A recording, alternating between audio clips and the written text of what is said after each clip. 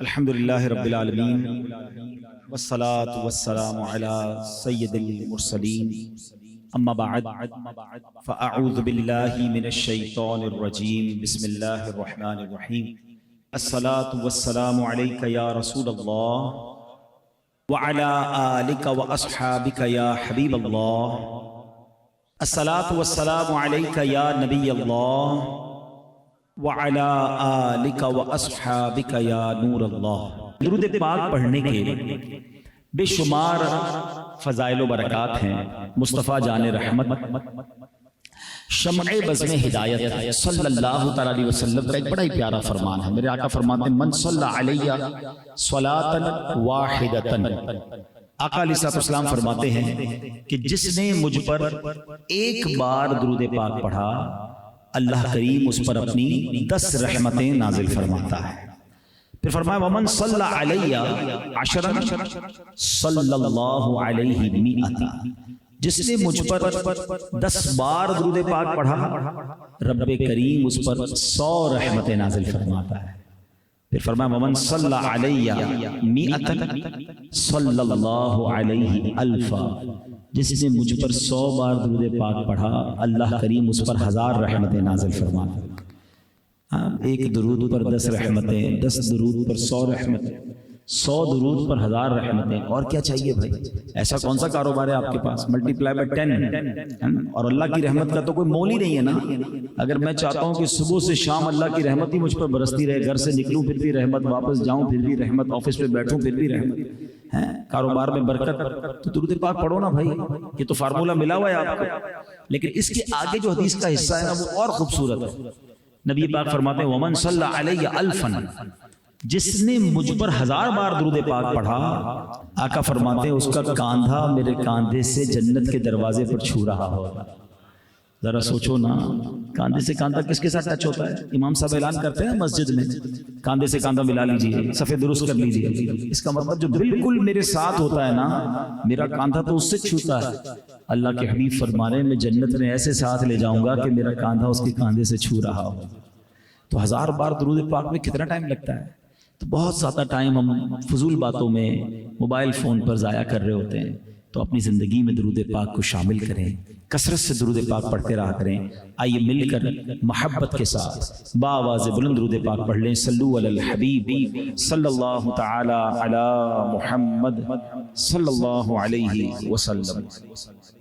آج میں ایک ایسی ہستی کا ذکر خیر کرنا چاہتا ہوں کہ جن کا جب بھی ذکر خیر ہو ایمان تازہ ہو جاتا ہے۔ اللہ نے ان کو بہت بڑا مقام عطا فرمایا ہے۔ وہ ہستی کا مقام کتنا بڑا ہے کہ میں آپ کو ایک چھوٹے سے 2 انسیڈنٹ، 2 خوبصورت واقعات سناتا ہوں۔ ایک بار نبی پاک علیہ السلام صحابہ کرام کے درمیان موجود ہیں، اور پیارے آقا علیہ السلام نے فرمایا، کچھ اس طرح ارشاد فرمایا کہ جنت کے کچھ دروازے ہیں، روزہ رکھنے والے کو باب الصیام سے جنت میں بلایا جائے گا، نماز پڑھنے والے کو باب الصلاۃ سے جنت میں بلایا جائے گا، صدقہ کرنے والے کو باب الصدقہ سے جنت میں بلایا جائے گا۔ نبی پاک نیکیاں بتاتے جاتے اور بتاتے کہ یہ نیکی کرنے والے کو جنت کے اس دروازے سے بلایا جائے گا۔ صحابہ کرام بیٹھے تھے، ان میں وہ صحابی بھی موجود تھے، کہتے حضور مجھے جنت میں کس دروازے سے داخلہ ملے گا؟ آقا فرماتے تم وہ ہو کہ تمہیں جنت کے ہر دروازے سے بلایا جائے گا۔ اللہ اکبر، ایسی ہستی کہ جنت کا ہر دروازہ انہیں بلائے گا۔ ایک اور بار پیارے آقا علیہ السلام نے کچھ اس طرح ارشاد فرمایا کہ اچھی خصلتیں 360 ہیں، آسان لفظوں میں اچھی عادتیں 360 ہیں۔ اللہ جب کسی سے بھلائی کا ارادہ فرماتا ہے، ان میں سے کوئی ایک اچھی خصلت اس کو عطا فرما دیتا ہے، اور اس اچھی خصلت کی برکت سے اسے جنت میں بھی داخل کر دیتا ہے۔ تو وہ صحابی کہتے ہیں حضور کوئی میرے اندر بھی خصلت ہے، 360 اچھی عادتیں ہیں، ان میں سے کوئی ایک میرے اندر بھی ہے۔ نبی پاک علیہ السلام فرماتے تم وہ ہو کہ تمہارے اندر یہ ساری خصلتیں موجود ہیں۔ اللہ اکبر، ان 2 حدیثوں سے اندازہ کرو کہ وہ پرسنالٹی کیسی ہے، ان کا مقام کیسا ہے، ان کا مرتبہ کیسا ہے۔ ایک اور جگہ نبی پاک فرماتے ہیں، حدیث پاک کا خلاصہ ہے ان ہستی کے بارے میں، ان شخصیت کے بارے میں، کہ ان کا ایمان ایسا ہے، ایمان مضبوط ایسا ہے کہ میری ساری امت کا ایمان ایک پلڑے میں رکھ دیا جائے، اور جن کا میں نام لے رہا ہوں اگر ان کا ایمان دوسرے پلڑے میں رکھ دیا جائے تو ساری امت کے ایمان سے زیادہ ان کا ایمان وزندار ہو جائے گا۔ آپ یقیناً جان گئے ہوں گے کہ کوئی اور نہیں، خلیفہ اول امیر المومنین حضرت ابو بکر صدیق رضی اللہ تعالیٰ عنہ۔ سبحان اللہ، جتنی ان کی شان بیان کی جائے کم ہے۔ آپ کا نام عبداللہ تھا، یہ بھی پتہ ہونا چاہیے۔ لوگ جب بھی کہتے ہیں ان کا نام ابو بکر تھا، ان کا نام ابو بکر نہیں تھا، ابو بکر ان کی کنیت ہے، ان کا نام عبداللہ تھا۔ اور نبی پاک سے ان کی دوستی بڑی پرانی ہے۔ پیارے آقا علیہ الصلوۃ والسلام کی عمر مبارک جب 20 سال تھی نا، صدیق اکبر رضی اللہ عنہ کی عمر مبارک 18 سال تھی۔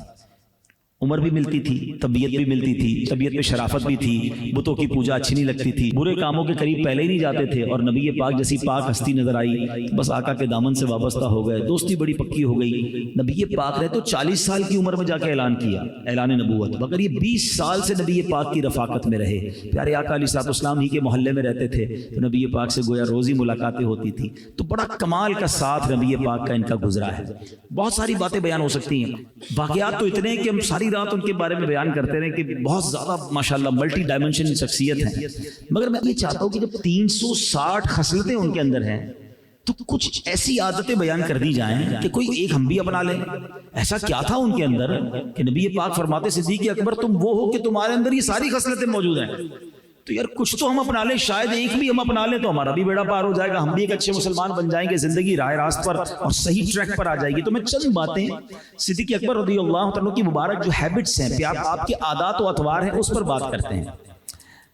صدیق اکبر رضی اللہ عنہ کے بارے میں آتا ہے کہ آپ اتنے ہمبل تھے، اتنے جس کو کہیں کہ ڈاؤن ٹو ارتھ تھے کہ آپ کے محلے میں کچھ بچیاں رہتی تھیں۔ وہ بچیاں روز آ جاتی صبح اپنی بکریاں لے کر، کہتی چاچا جان بکریوں سے دودھ نکال دیں۔ آپ بکریوں سے دودھ نکال کر ان کے برتن میں ڈال کے انہیں دے دیا کرتے۔ اب سڈنلی آپ امیر المومنین بن گئے، آپ خلیفۃ المسلمین بن گئے، لیڈر آف دا نیشن بن گئے۔ وہ بچیاں آئیں کہتی ہیں اب تو آپ امیر المومنین بن گئے ہیں، اب تو آپ کا مرتبہ بہت بڑا ہو گیا ہے، اب آپ ہماری بکریوں کا دودھ تو نہیں نکال کے دیں گے۔ صدیق اکبر رضی اللہ عنہ فرماتے ہیں کہ خدا کی قسم تم میرے رویے میں کسی قسم کا فرق نہیں دیکھو گی۔ امیر المومنین بن چکے تھے مگر آپ نے ان بکریوں کا دودھ نکالا، برتن بھر کے بچیوں کو پیش کر دیا۔ پہلی عادت میں چاہتا ہوں بیان بھی کرتا جاؤں، ساتھ ہم سیکھتے بھی جائیں، کچھ امپلیمنٹیشن بھی لیتے جاؤ نا۔ کیا عادت تھی؟ مقام بڑا ہوا رویہ چینج نہیں ہوا، عادتیں نہیں بدلی ہیں۔ ہمارا حال کیا ہے؟ تھوڑے پیسے آ جائیں، تھوڑا نام ہو جائے، تھوڑی مشہوری ہو جائے، تھوڑا کوئی منصب مل جائے، کوئی عہدہ مل جائے، کوئی اقتدار مل جائے، ٹوری بدل جاتی ہے، اسٹائل ہی بدل جاتا ہے، بندہ پرانے لوگوں کو پہچاننے سے انکار شروع کر دیتا ہے۔ میں کہاں، یہ کہاں؟ نہیں میرے پیارے اسلامی بھائی، ہم اس آقا کے امتی ہیں، اس اللہ کے حبیب کے امتی جن کا اسٹیٹس یہ ہے کہ چاند کو اشارہ کرے تو 2 ٹکڑے فرما دیں، جو اللہ کے عرش پر جا کر رب کے مہمان بنتے ہیں، مگر عاجزی کا عالم یہ ہے کہ حبشی غلام کے گھر جا کر کھانا بھی کھاتے ہیں، اپنے جوتے کا تسمہ خود بناتے ہیں، اپنے گھر کے کام کاج میں ہاتھ بھی بٹاتے ہیں۔ یہ ہے اللہ کے حبیب کی عادتیں، اور ہم ہیں کہ ہم بدل جاتے ہیں۔ اگر واقعی آپ نے وہ عادتیں اپنانی ہیں جو جنت میں لے جانے والی ہیں تو عاجزی کو نہ چھوڑنا، کبھی اپنے قریب تکبر کو نہ آنے دینا۔ اللہ کو جو سب سے زیادہ سخت ناپسندیدہ چیزیں ہیں نا، سب سے زیادہ جو خطرناک گناہ ہے نا، میں اگر یہ کہوں تو وہ تکبر اس میں ٹاپ آف دا لسٹ ہے۔ بتائیں نا کائنات میں سب سے پہلا گناہ کیا ہوا تھا؟ ویری فرسٹ سن، سب سے پہلا گناہ اگر دنیا میں کوئی ہوا تو وہ تکبر ہوا اور حسد ہوا۔ شیطان نے کیا کیا تھا؟ پہلا گناہ تو اسی نے کیا تھا نا، حضرت آدم سے حسد کیا اور تکبر کیا۔ اس نے کیا کہا تھا رب کو؟ انا خیر من، اللہ میں اس سے بہتر ہوں، خلقتنی من نار وخلقتہ من طین، اللہ تو نے مجھے آگ سے بنایا، اس کو مٹی سے بنایا، میں اس کو کیوں سجدہ کروں؟ یہی پرابلم تھا نا اس کو۔ Once in a lifetime he made proud، زندگی میں ایک بار تکبر کیا۔ شیطان پہلے سے مردود نہیں تھا، وہ تو عزازیل اس کا نام تھا، وہ تو فرشتوں کے ساتھ رہتا تھا، معلم الملکوت تھا، فرشتوں کا استاد تھا، جنت کا خزانچی تھا، بڑا چہرہ نورانی تھا اس کا۔ ایک بار تکبر کیا، اس کا چہرہ، اس کی ساری نورانیت لے لی گئی، ساری زندگی عبادت برباد، اور اللہ نے اس کو مردود قرار دے دیا۔ عقل مند لوگ بیٹھے، میں صرف اشارہ کروں گا، جس نے زندگی میں ایک بار تکبر کیا وہ مردود ہو گیا، جو روز تکبر کرتا ہے اس کا کیا حال ہوگا؟ کبھی سوچا ہے؟ پڑھتے رہو نمازیں، کرتے رہو سجدے، کرتے رہو صدقے، تکبر جب تک دل میں ہے نا، ہم نے تو بچپن میں ایک حدیث سنی تھی اور آپ سب نے سنی ہوگی کہ جس کے دل میں رائی کے دانے کے برابر تکبر ہوگا وہ جنت میں نہیں جائے گا. وائے رائے کا دانہ؟ یہ ایگزامپل کے طور پر سمجھایا گیا کہ اتنا سا ہوتا ہے، اتنا سا رائی کا دانہ ہوتا ہے، اس لیے ایگزامپل دی گئی. تل جتنا تل ہوتا ہے نا، میں نے دیکھا رائی کا دانہ اتنا سا. ارے جس کے دل میں رائی کے دانے ڈاٹ تکبر ہوگا وہ جنت میں نہیں جائے گا. جس کا پورا دل ہی تکبر سے بھرا ہوا ہوگا، جس کی سٹائل ہی چینج ہو گئی ہے، جس کی باتیں چینج ہو گئی ہیں، میں امیر یہ غریب. انا خیر من، what is the definition of انا خیر من؟ میں اس سے بہتر ہوں. یہی کہا تھا نا شیطان نے. ہم بھی تو کہہ رہے ہوتے ہیں میں پیسے والا یہ غریب، میں فلاں برادری والا، یہ تو اس کی تو خاندانی کوئی نام ہی نہیں اس کے خاندان، میں پڑھا لکھا یہ جاہل، میں مشہور اس کو تو جانتا ہی کوئی نہیں، میری اتنی بڑی اسٹیٹ ایجنسی اس کو کام کرنا نہیں آتا، مجھے 40 سال کا تجربہ یہ کل ابھی آیا ہے. تو یہ کیا ہے؟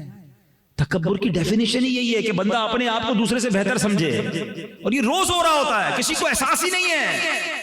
خدا را یاد رکھیے قیامت کے دن حدیثوں میں آتا ہے کہ تکبر کرنے والے کو چیونٹی کی شکل میں لایا جائے گا اور اس پہ لوگ چڑھ چڑھ کر جا رہے ہوں گے، رونتے ہوئے جائیں گے. نہ کرو پلیز عاجزی انکساری. اللہ نے دیا تو اور جھک جاؤ. دیکھیں آپ جتنے پھل والے درخت ہوتے ہیں نا، ان کی شاخیں جتنے پھل لگتے جاتے ہیں وہ اور جھکتی جاتی ہے. تنا اور درخت کون ہوتا ہے جس میں کوئی پھل نہیں ہوتا، سیدھا سیدھا جا رہا ہوتا ہے. تو اللہ نے پھل لگائے ہیں تو جھکو نا بھائی، عاجزی اختیار کرو، اللہ اور پھل لگا دے گا، اللہ اور برکت ڈال دے گا. اکڑنا نہیں ہے، میں کچھ بھی نہیں ہوں، خدا کی قسم ہم کچھ بھی نہیں ہیں. یہ اللہ کی مہربانی ہے جو اللہ نے ہمیں اچھا بنایا، ہمیں مالدار بنایا، ہمیں عزت دے دی، ہمیں نام دے دیے. ارے اللہ کا شکر ادا کرو اور اللہ کے ان بندوں کے ساتھ بیٹھو، ان کو یہ احساس نہ ہونے دو کہ یار ہمارے صاحب بہت بڑے آدمی ہیں، ان سے تو بات کرنا بہت مشکل ہے، ان کے تو قریب بھی نہیں بیٹھ سکتے. ہاں یہ بھی حال ہے، قریب نہیں بیٹھ سکتا کوئی. ہمارا ملازم ہمارے ساتھ بیٹھ کے کھانا کھا سکتا ہے؟ سوچو، نہیں کرتے ایسا ہم. یہ بہت شدید غلطی ہے. بنی اسرائیل میں ایک بہت بڑا عبادت گزار تھا، اتنا عبادت گزار اور اتنا مقبول ہو گیا وہ بندہ اللہ کی بارگاہ میں کہ وہ جدھر جاتا تھا نا اس کے ساتھ ایک بادل بھی جاتا تھا، ساتھ بادل بھی ٹریول کرتا تھا. اتنا نیک. ادھر اسی علاقے میں ایک بڑا گناہگار شخص بھی رہتا تھا. اس کے دل میں خیال آیا کہ یار کتنا نیک ہے اور میں کتنا گناہگار، کتنے گناہ کیے میں ایسا کرتا ہوں اس بندے کے ساتھ جا کے بیٹھ جاتا ہوں، اللہ کی رحمت اس پر برسے گی، کچھ چھینٹے مجھ پر بھی گر جائیں گے، میرے بھی گناہ معاف ہو جائیں گے. اچھی نیت، توبہ کی نیت، عاجزی کی نیت تھی، اس کی نیت اچھی تھی.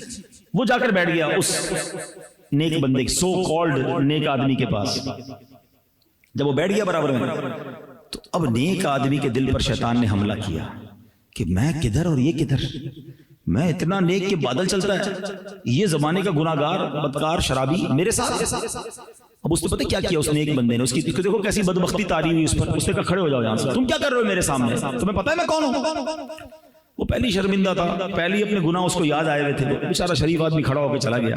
جیسی وہ جانے لگا نا، وہ جو بادل سایہ کیے ہوئے تھا نا وہ اس گناہگار کے ساتھ جانے لگ گیا. اس زمانے کے نبی پر یہ وحی بھیجی گئی کہ جا کر ان دونوں سے کہہ دو کہ اپنے اپنے اعمال کو دوبارہ سے شروع کریں. جتنی نیکیاں اس نیک بندے نے کی تھی نا، تکبر کی وجہ سے وہ ساری نیکیاں زیرو کر دی گئیں، ختم کر دی گئیں. اور اس نے جتنے گناہ کیے تھے عاجزی کی وجہ سے، انکساری کی وجہ سے، توبہ کی نیت کی وجہ سے، ہم نے اپنی رحمت سے اس کے سارے گناہ معاف فرما دیے. This is difference between bad intention and good intention. اچھی نیت اور بری نیت میں یہ فرق ہے. خدا را اپنے دل میں عاجزی پیدا کرے. صدیق اکبر کی عادتیں اپنانی ہے نا، جنت میں جانے والی عادت ہے نا. پہلی عادت عاجزی. کبھی بھی کسی کو یہ احساس نہ ہونے دے کہ میں بڑا میں کچھ بھی نہیں، مجھے جو دیا ہے رب نے دیا ہے. خدا کی قسم ہم نے راتوں رات زکوٰۃ دینے والوں کو زکوٰۃ لینے والا بنتے دیکھا ہے. برباد ہونے میں دیر نہیں لگتی ہے، پوری پوری فیکٹریوں میں آگ لگ جاتی ہے. ارے سیلاب کو دیکھا ابھی ہم نے پچھلے دنوں، لوگوں کا سب کچھ بہہ گیا نا. مجھے رب نے بچایا، آپ کو بچایا، شکر ادا کرنا چاہیے. ہم کس بات پر اکڑتے ہیں؟ اگر کوئی خوبصورت ہے اور اس لیے اکڑتا ہے، ارے منٹ نہیں لگتا ایسی بیماری لگتی کہ منہ دکھانے کے قابل نہیں رہتا ہے. اللہ محفوظ رکھے.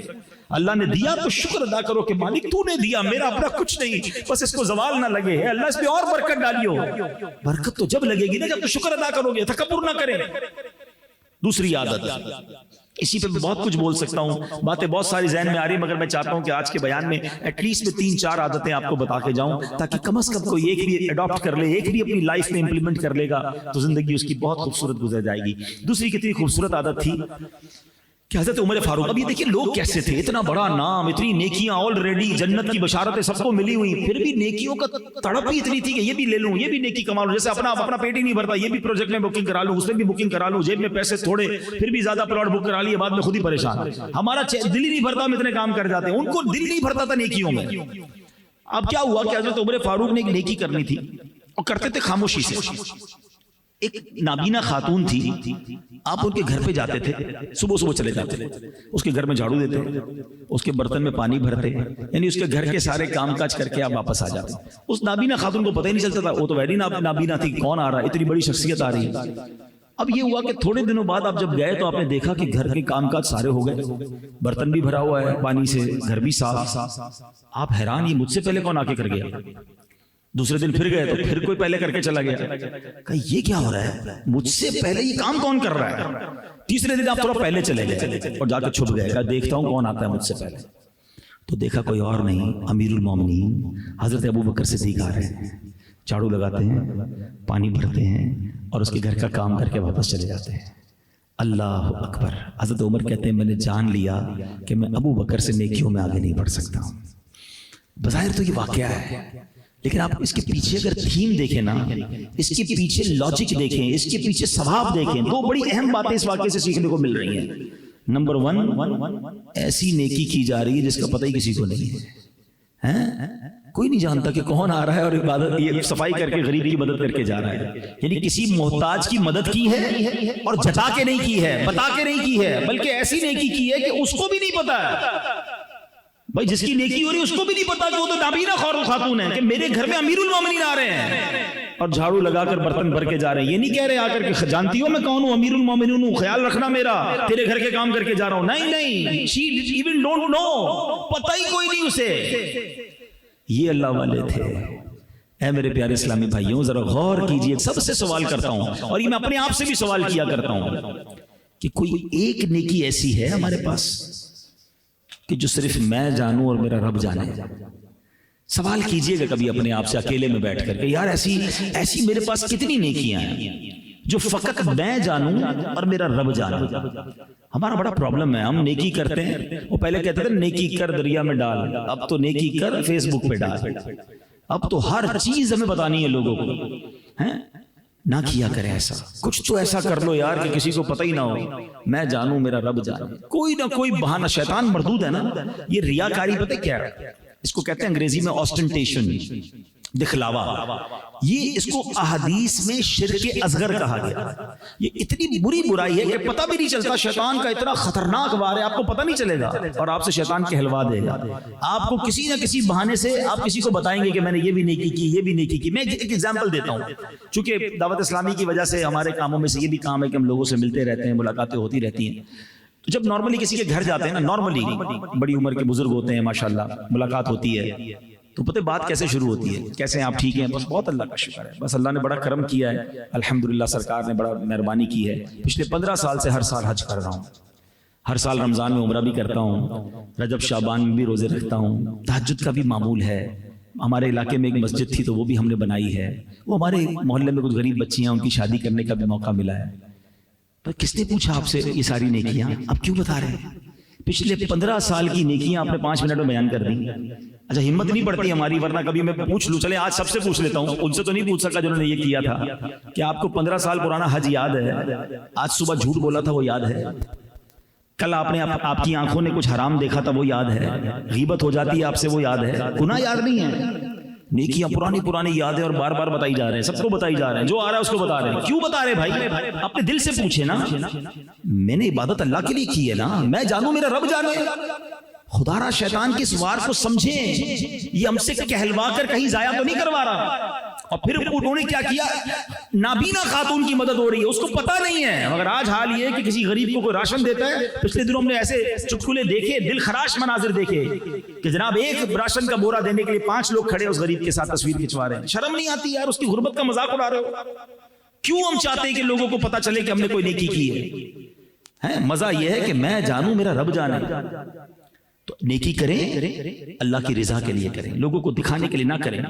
شیطان کا وار کیسا ہوتا ہے، میں صرف ایگزامپل دے رہا ہوں، آپ خود غور کرتے جائیں کہ ہاں یار میں نے بھی کہاں مسٹیکس کی ہیں۔ مثال کے طور پہ کبھی آپ نے ماشاءاللہ ہمت کر کے تہجد پڑھ لی، بڑی اچھی بات، لیکن تہجد پڑھنے کے بعد اب صبح اٹھے نا، آفس پہ آئے، اب پیٹ میں درد ہو رہا ہے کہ یار بتاؤں تو کسی کو تہجد پڑھی آج میں نے، اب کیسے بتاؤں، بس یار آج بہت تھک گیا ہوں۔ خیریت، کیوں تھک گئے ہیں؟ بس وہ تہجد میں اٹھ گیا تھا نا۔ اچھا سامنے والا کہے گا اچھا ماشاءاللہ آپ تہجد پڑھتے ہیں؟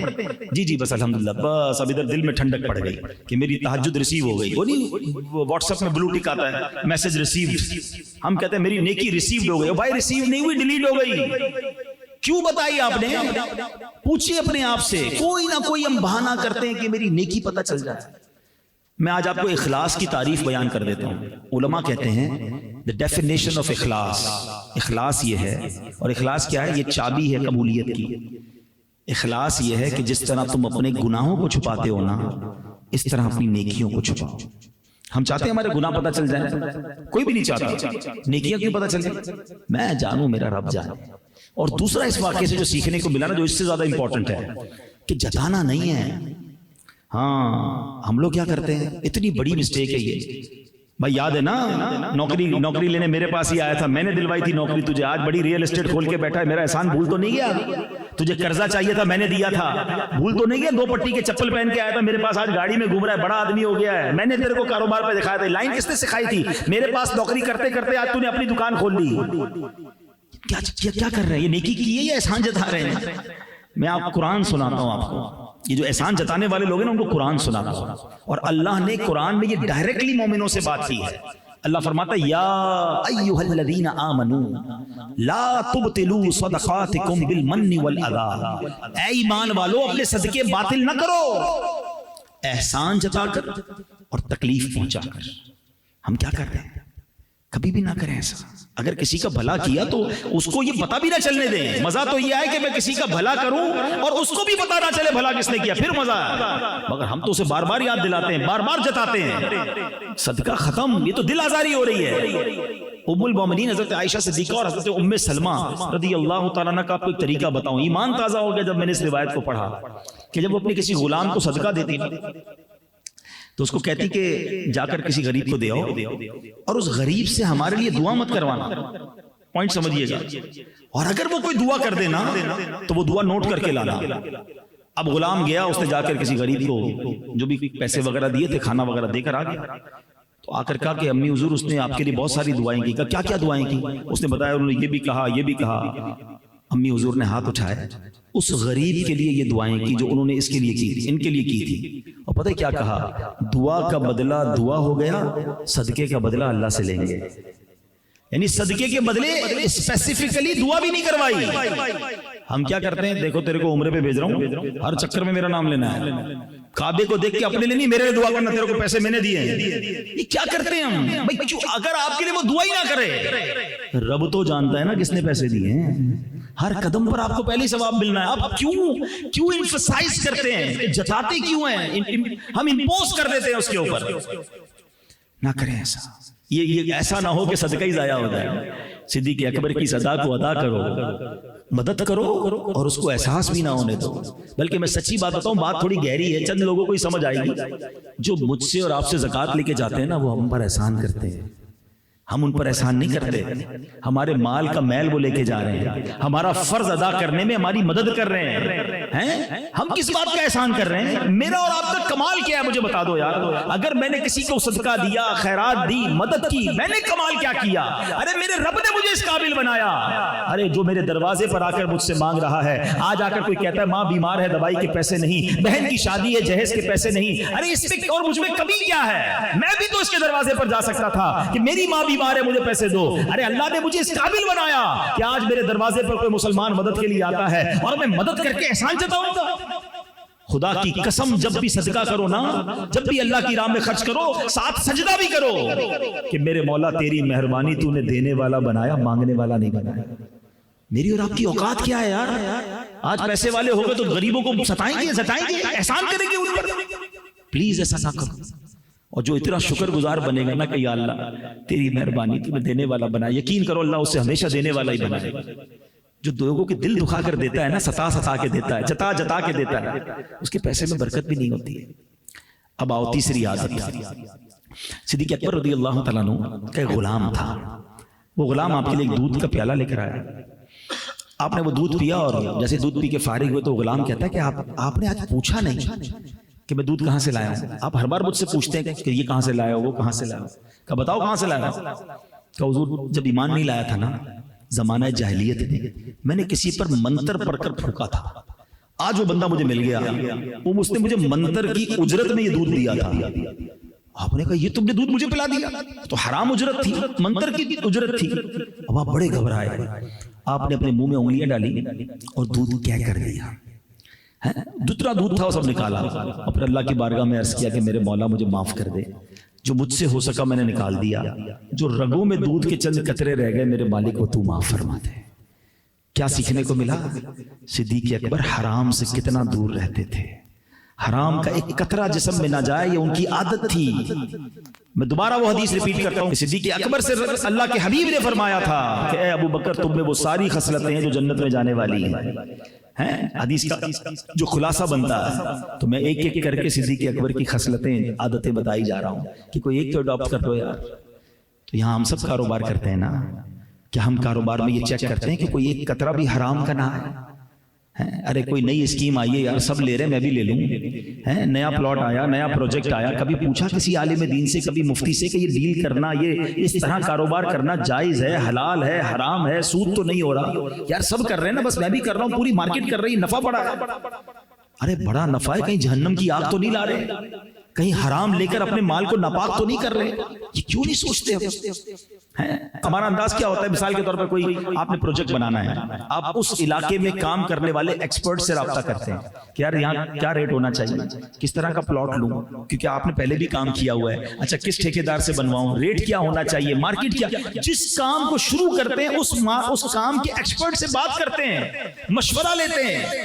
تو کبھی کوئی نیا کام کرنے سے پہلے کسی مفتی سے مشورہ کیوں نہیں کر سکتے ہم؟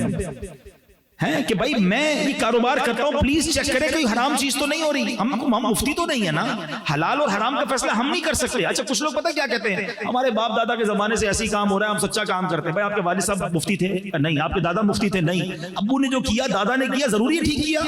ایک بار چیک کروا لیں، اگر واقعی ٹھیک کیا تو سبحان اللہ، اللہ کا شکر ادا کرنا، اور اگر مفتی صاحب کہتے نہیں جناب گڑبڑ ہے تو توبہ کر لینا، ایک آدھی چیز ختم کر دینا جو حرام کی ہے۔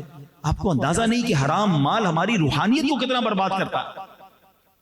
ایک بار حضرت موسیٰ علیہ السلام نے ایک شخص کو دیکھا جو رو رو کے اللہ کی بارگاہ میں دعا کر رہا تھا، ہاتھ اٹھا کے گڑ گڑا کے۔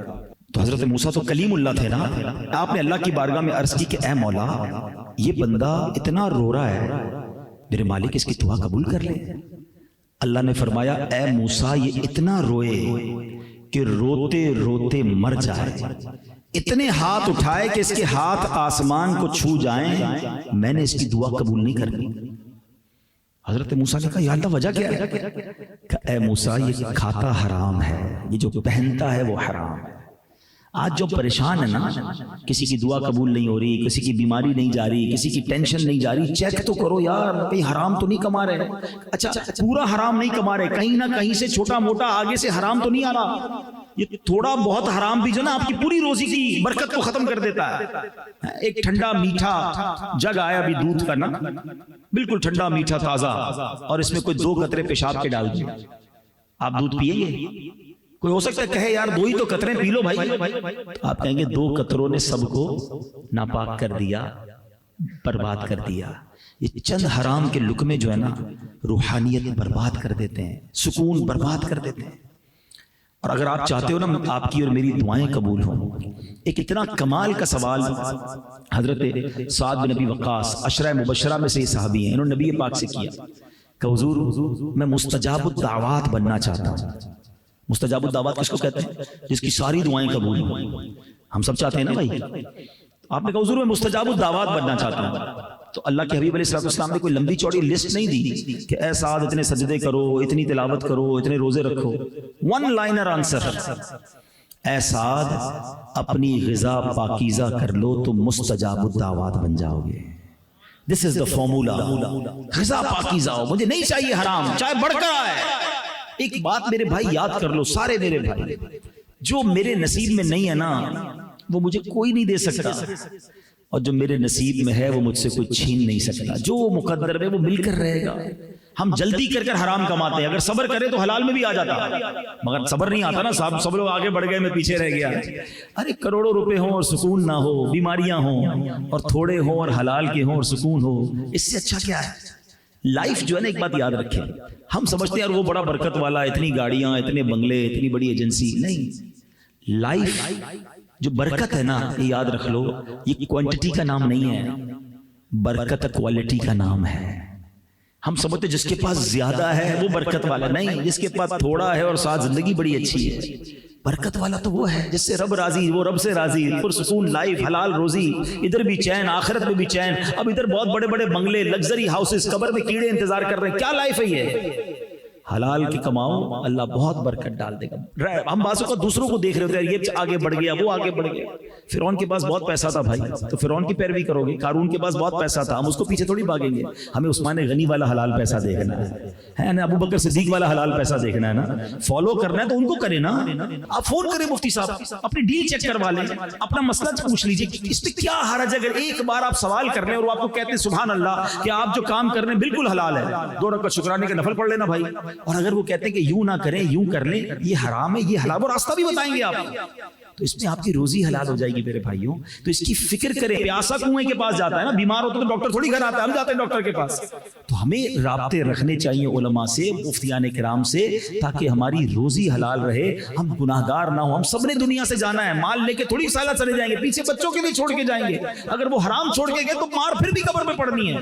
تو ایک بار چیک کروا لو بھائی، تاکہ کسی انداز میں، کسی کام میں ہم حرام کی طرف نہ جائیں۔ حرام میں بہت سارے انداز ہوتے ہیں، رشوت ہوتا ہے، جھوٹ ہوتا ہے، سود ہوتا ہے، دھوکہ ہوتا ہے۔ ہم ان سب چیزوں سے بچ کر کمائیں، اللہ اس میں خوب برکت ڈال دے گا۔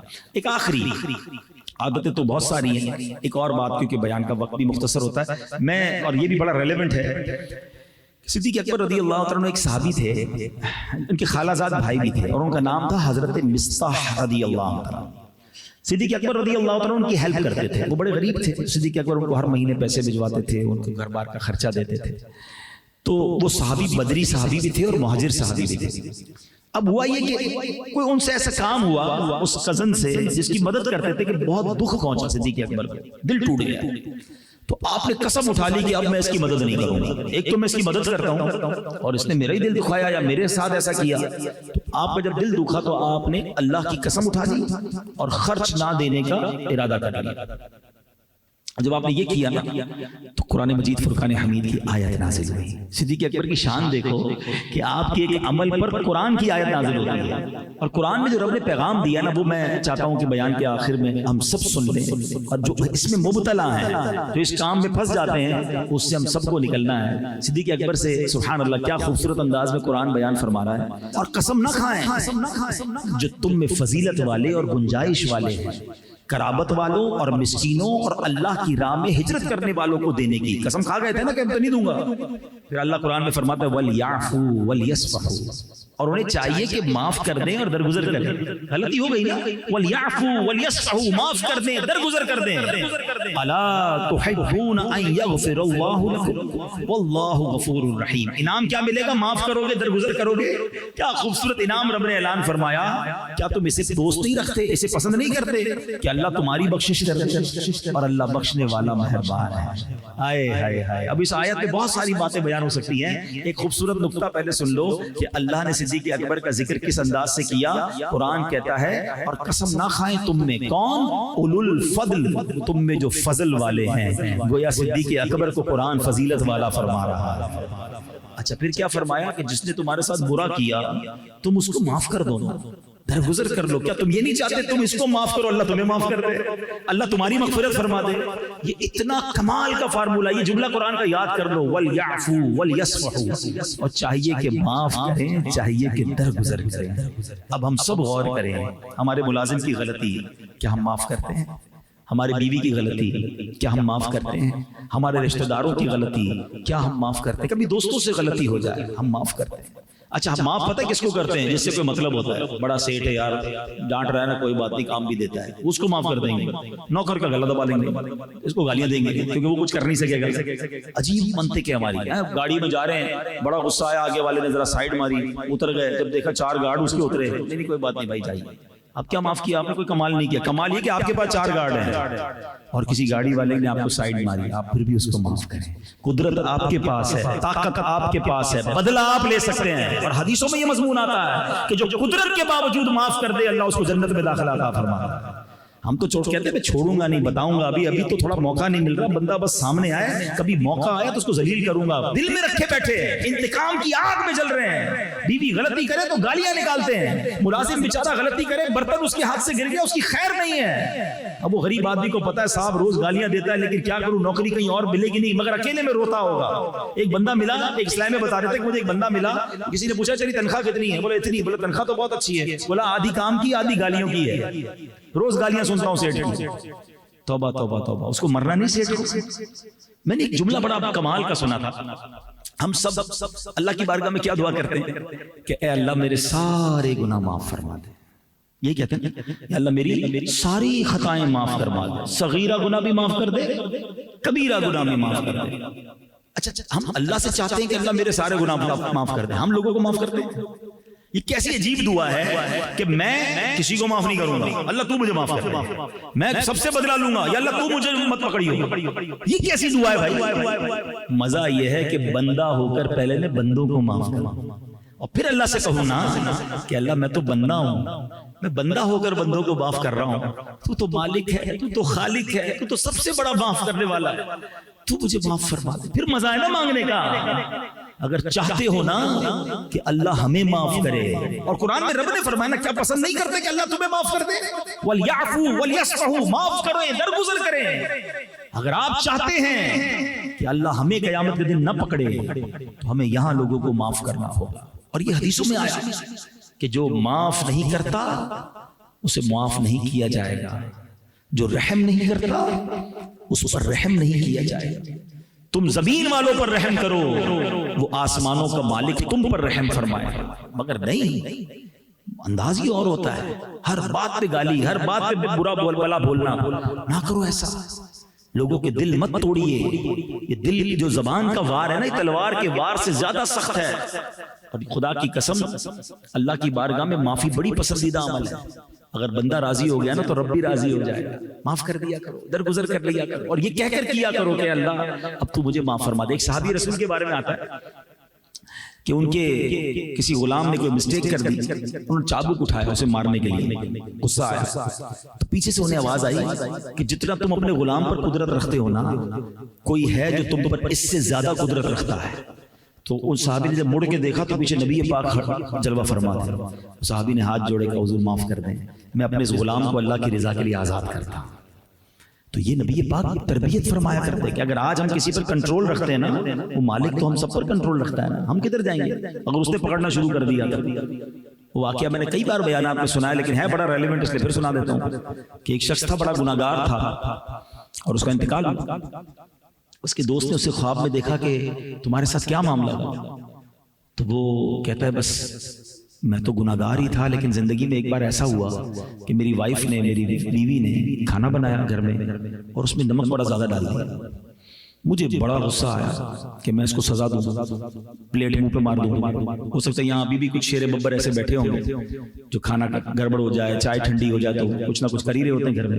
میرا بھی بڑا جی چاہا، پھر میں نے سوچا یار بیوی نے ایک بار کھانا غلط پکایا، مجھے غصہ آ رہا ہے، بدلہ لینے کو جی چاہ رہا ہے، میں تو صبح و شام اللہ کی نافرمانی کرتا ہوں، اللہ تو مجھے نہیں سزا دے رہا۔ کہہ رہا بس یہ دل میں خیال آیا نا، میں نے کچھ بھی نہیں کہا بیوی کو۔